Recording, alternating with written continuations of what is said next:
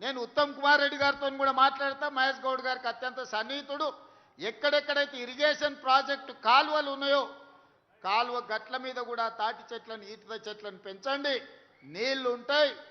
సారవంతమైన కళ్ళు, కల్తీ లేని కళ్ళు అందించడానికి, ఈత కళ్ళు తాటి కళ్ళు అందించడానికి అవకాశం ఉంటుంది. నల్గొండ జిల్లాలో రాజకీయాలలో సోదరులు కీలకమైన పాత్ర పోషిస్తారు. అందుకే ఉత్తమ్ కుమార్ రెడ్డి గారికి కూడా ఈ వేదిక మీద నుంచి నేను విజ్ఞప్తి చేస్తున్నా, ఎక్కడెక్కడైతే మన సాగునీటి ప్రాజెక్టులు ఉన్నాయో, మన కాలువలు ఉన్నాయో, కాలువల గట్లెంబడి తాటి చెట్లు ఈత చెట్లు నాటితే ఎవరితోని పంచాయతీ ఉండదు. మా సోదరులు వృత్తిని, కుల వృత్తిని కొనసాగించడానికి ఉపయోగపడతాయి.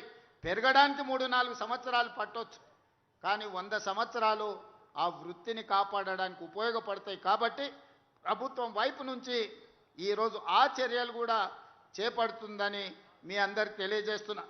అదేవిధంగా సోదరులారా, పదే గతంలో 10 సంవత్సరాలు ఏలిన వాళ్ళు ఈ ప్రభుత్వం గురించి, ప్రజా పాలన గురించి, వాళ్ళ దగ్గర ఉన్న అక్రమ సంపాదనతో మీడియాలో కావచ్చు, సోషల్ మీడియాలో కావచ్చు, కొన్ని తప్పుడు వార్తలను ప్రసారం చేస్తున్నారు. నేను మీకు గుర్తు చేయదలుచుకున్నా, ఆనాటి ప్రభుత్వం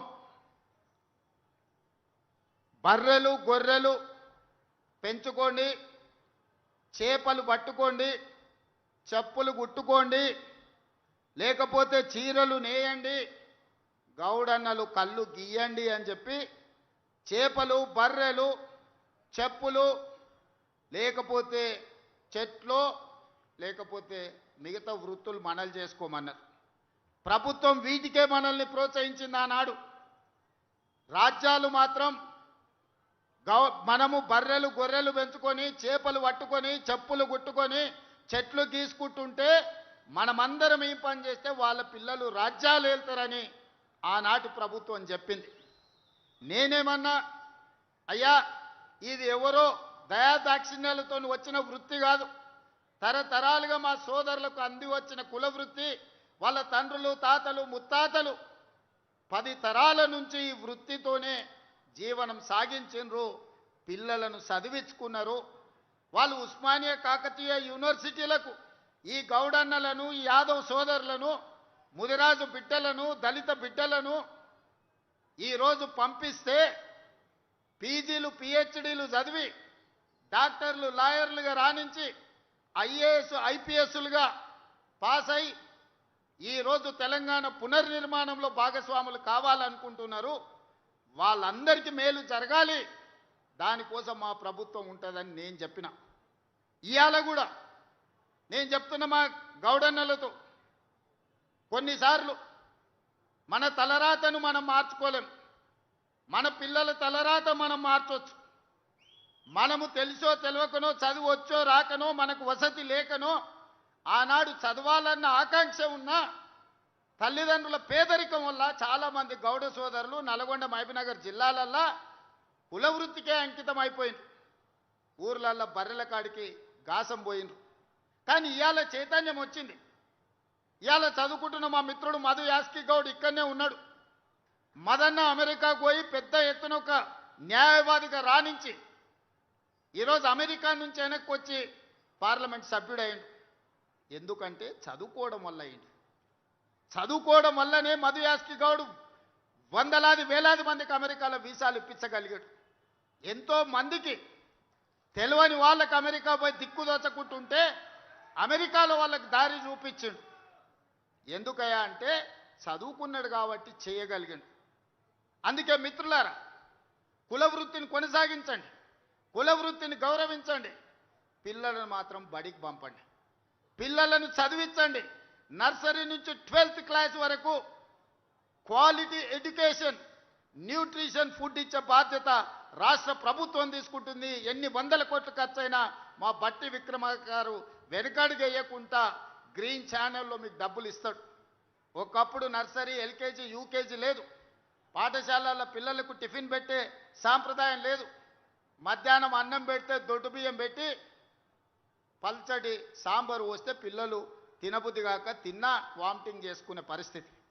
ఈరోజు highest quality, the best fine rice ఈరోజు నేను, మా భట్టి గారు, మా మహేష్ గౌడ్ గారు, మా పొన్నం ఏ సన్న బియ్యం తింటున్నామో ఈరోజు ప్రభుత్వ పాఠశాలల్లో ఆ సన్న బియ్యమే పిల్లలకు ఈరోజు అన్నం పెట్టిస్తున్నాం. ఒకరోజు ఇడ్లీ, ఒకరోజు పూరి, ఒకరోజు వడ, ఒకరోజు దోశ, ప్రతిరోజు ఒక్కొక్క రకం ఈరోజు బ్రేక్ఫాస్ట్ పెట్టిస్తున్నాం. ఒకరోజు పాలు, ఇంకొక రోజు రాగి జావా పిల్లలకి ఇస్తున్నాం. కడుపు నిండా తింటే వింటున్న చదువు తలకెక్కుతుంది, తలకెక్కితే వాళ్ళ తలరాత మారుతుంది. మన పిల్లలు బాగుపడాలంటే, మన పిల్లలు ఈ రాజ్యాన్ని ఏలాలంటే చదువు ఒక్కటే పరిష్కారం. పిల్లల్ని చదివించండి, కష్టమైన నష్టమైన పిల్లల్ని బడికి పంపించండి. ప్రభుత్వ పాఠశాలల్లో మీకు అన్ని వసతులు ఇచ్చే బాధ్యత తెలంగాణ రాష్ట్ర ప్రభుత్వం తీసుకుంటుంది. నర్సరీ నుంచి 12th వరకు ఎడ్యుకేషన్, 12th తర్వాత స్కిల్, సాంకేతిక నైపుణ్యం. సాంకేతిక నైపుణ్యానికి అవసరమైన ఏటీసీలు కానీ, పాలిటెక్నిక్ కానీ, స్కిల్స్ యూనివర్సిటీ కానీ అన్నీ మీకు ఇచ్చి ఏటీసీలో చేరే వాళ్లకు నెలకు 2000 రూపాయల స్టైఫండ్ ఇచ్చే బాధ్యత రాష్ట్ర ప్రభుత్వం భట్టి గారు తీసుకున్నారు. కాబట్టి పిల్లల్ని చైతన్యం చేసి సాంకేతిక నైపుణ్యులు చేయండి. జర్మన్, జపాన్, సౌత్ కొరియా లాంటి దేశాలలో యావరేజ్ స్టూడెంట్ కూడా 1,50,000 నుంచి 2,00,000 రూపాయల జీతం వచ్చే పరిస్థితి ఉన్నది. మీరు కష్టపడ్డారు, మీరు చెట్లు ఎక్కిండ్రు, చెట్టు మీద నుంచి పడి నరుములు ఇరిగిపోయిన వాళ్ళు చాలామంది ఉన్నారు, ప్రాణాలు పోయిన వాళ్ళు ఎంతమంది ఉన్నారు. అందుకే మీ కాటమయ్య కిట్టు ఇబ్రాహీంపట్నం వచ్చి నేను ఇచ్చిపోయినా. సోదరా, నీ దగ్గర ఉన్న కాటమయ్య కిట్టే కాదు, అది మా పొన్నం ప్రభాకర్ ఇచ్చిందే కదా. 50,000 కిట్లు ఇచ్చిన కాటమయ్య కిట్లు. ప్రమాదవశాత్తు చనిపోతే కుటుంబానికి 5 లక్షల రూపాయలు ఇన్సూరెన్స్ ఇచ్చిన మీ పట్ల ఈ ప్రభుత్వం ప్రేమతో, మీ పట్ల అభిమానంతో నీ ప్రభుత్వం ఉన్నది. మీరు ఎక్కడికి పోవాల్సిన పనిలే, మీ దగ్గరకు వచ్చిన నీ ప్రభుత్వం మాదయ్య అని చెప్పురు. రెండోసారి 117 సీట్లతో గెలుస్తాం. మీరు ఏడికి పోకండి, మీ దగ్గరకు వచ్చిన కూసబెట్టి పోసినంత సేపానికి ఒకటే పురయ్యా, ఈ ప్రభుత్వం మనది, ఈ ప్రభుత్వం మనది, దీన్ని మనం కాపాడుకోవాలని చెప్తారంటే 117 సీట్లు ఖాయమయ్యా. అవునా? అవునా? మాట ఇస్తుర్రా? మాట ఇస్తుర్రా? ఇస్తురు కదా అందరు. మీరు అందరూ గట్టిగా ఏం పని గట్టిగా చెప్పండి. ఇప్పుడు నాకు నమ్మకం కలిగింది. చివరగా కేసీఆర్ ముఖ్యమంత్రి అయితే ఏముంటుంది, కాంగ్రెస్ అధికారంలోకి వస్తే ఏముంటుందో మొన్న వరంగల్లో చెప్పినా, ఇప్పుడు ఈడ కూడా నేను మళ్ళీ చెప్పదలుచుకున్నా. కేసీఆర్ ముఖ్యమంత్రి అయితే ఆయన కొడుకు కేటీఆర్ను వర్కింగ్ ప్రెసిడెంట్ చేసుకున్నాడు. కాంగ్రెస్ పార్టీ అధికారంలోకి వచ్చి రేవంత్ రెడ్డి ముఖ్యమంత్రి అయితే సోదరు మహేష్ గౌడ్ని కాంగ్రెస్ పార్టీ ప్రెసిడెంట్ని చేసినాం.